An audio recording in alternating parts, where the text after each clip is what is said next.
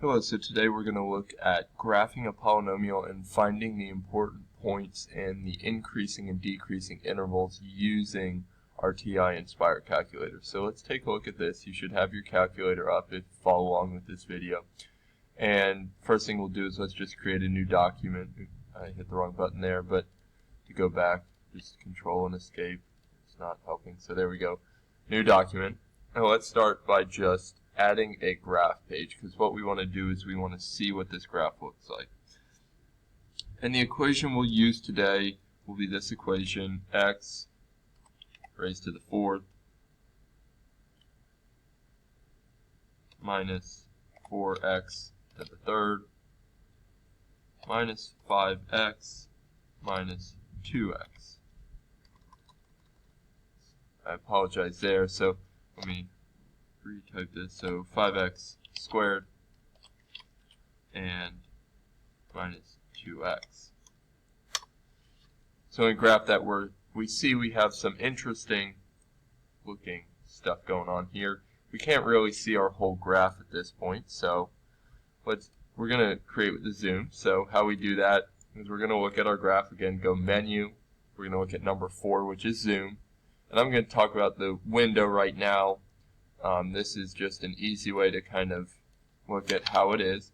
So here it tells me what the x values will be. So right now it's looking when x is equal to -10 to when x is equal to 10. And this below will be the y values of that. So right now we know 6 is a little too small, so let's try something like 20. So -20 to 10.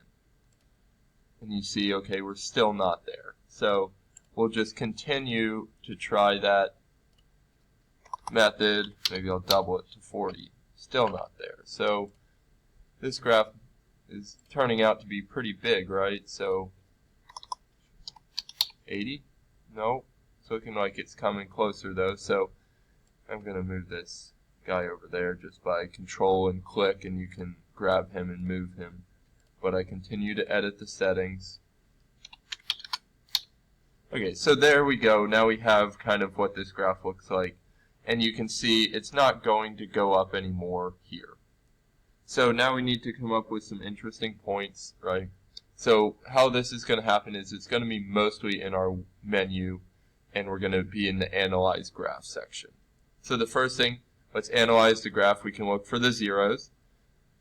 So I clicked on zeros, so these are going to give me x-intercepts. First thing it asks me is, you can see right here it says lower bound. So that means it wants x values lower. Give me an x value lower than where you think the 0 is.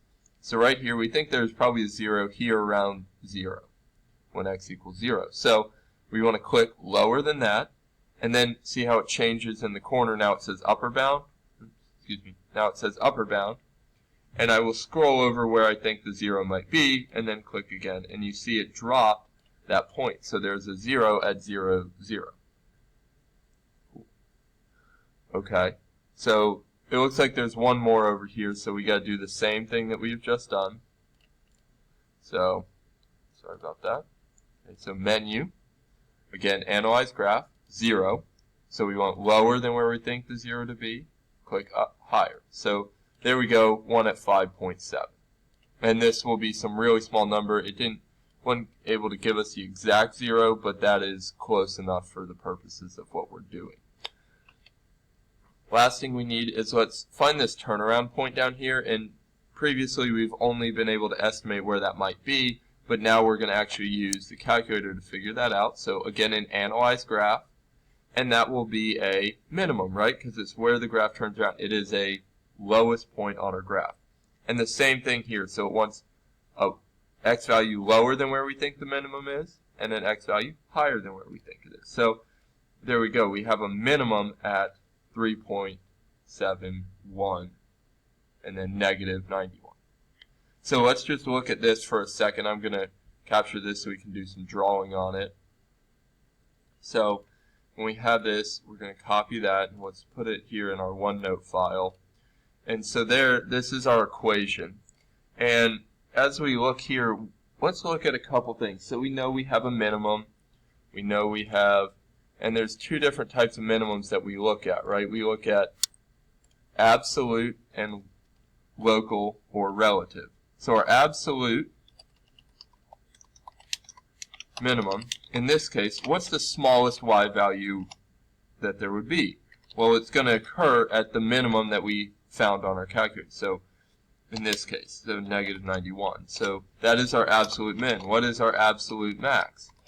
Well, that is actually going to occur at two places here, and that's going to be at negative, and I'll have to insert a symbol here, negative infinity, comma, so the x values at negative infinity as the y values go to positive infinity.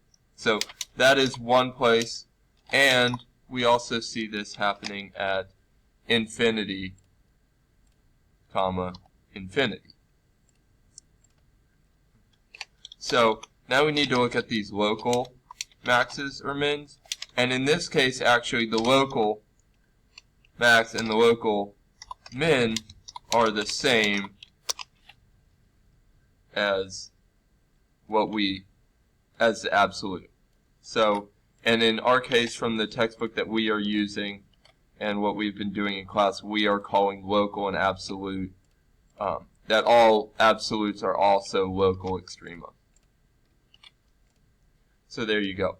Now we also talked about something on increasing and decreasing intervals. So let's just take a second to look at that. So where is these intervals decreasing? So where are the x or the y values decreasing in this graph? And if we look, they're decreasing along what I'm highlighting, right? The x values are, or the y values are getting smaller and smaller. So there you go, along that part. So if it asks for, and this is what we were doing in classes, if it asks for the domain of the decreasing part of the graph, domain of the decreasing part, well, what is that domain going to be? So domain, again, is x values. So we would have, where's x starting? Well, x is starting up here at negative infinity. So negative infinity. And where does x stop decreasing? Well, here at 3.17. And as we talked about in class, this should be a bracket, or a parentheses instead of a bracket, because at 3.17 it is neither decreasing nor increasing. So now let's look at the domain of the increasing part. And so now we want to look at, okay, where is this now increasing? Well, if we look at this graph, we're going to see that starting at 3.7, now the graph is increasing the rest of the way. And you can see that it's a little hard because it starts getting pretty vertical, and my highlighter doesn't like to highlight vertically, but as you can see, I'm trying to color in the point that you see.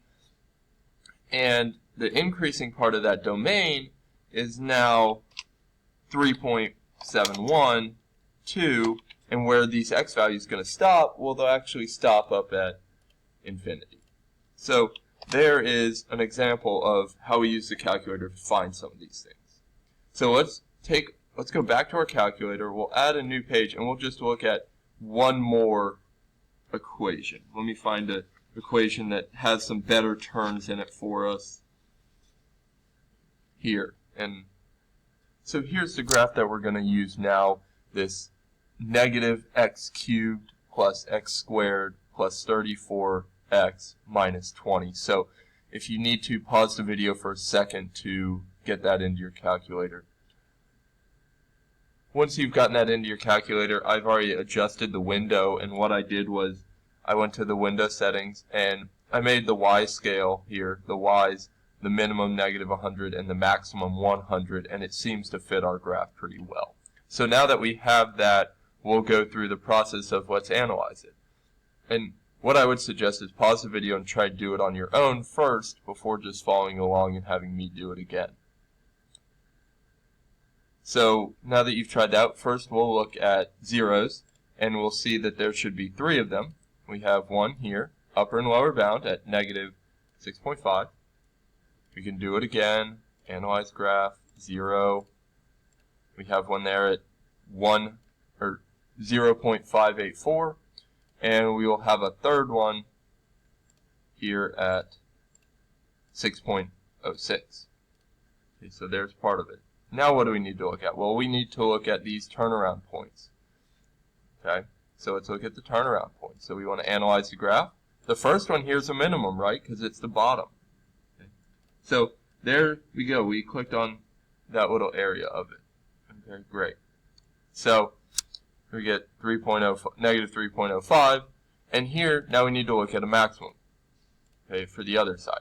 Why don't I want to just click here and all the way over here? Okay, there it actually did okay.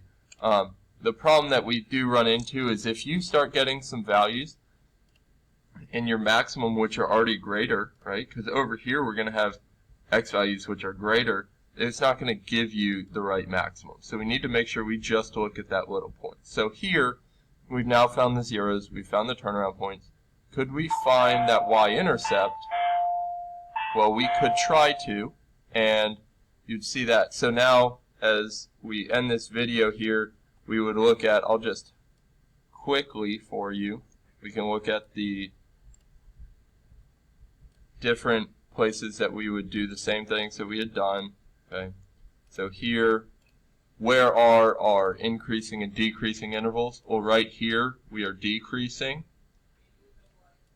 Right there we are decreasing, and right here we are decreasing, and in the middle we would have an increasing section. So I'm going to pause the video for a second. I'm going to write down what we had, and then I'll unpause the video and you can double check your work.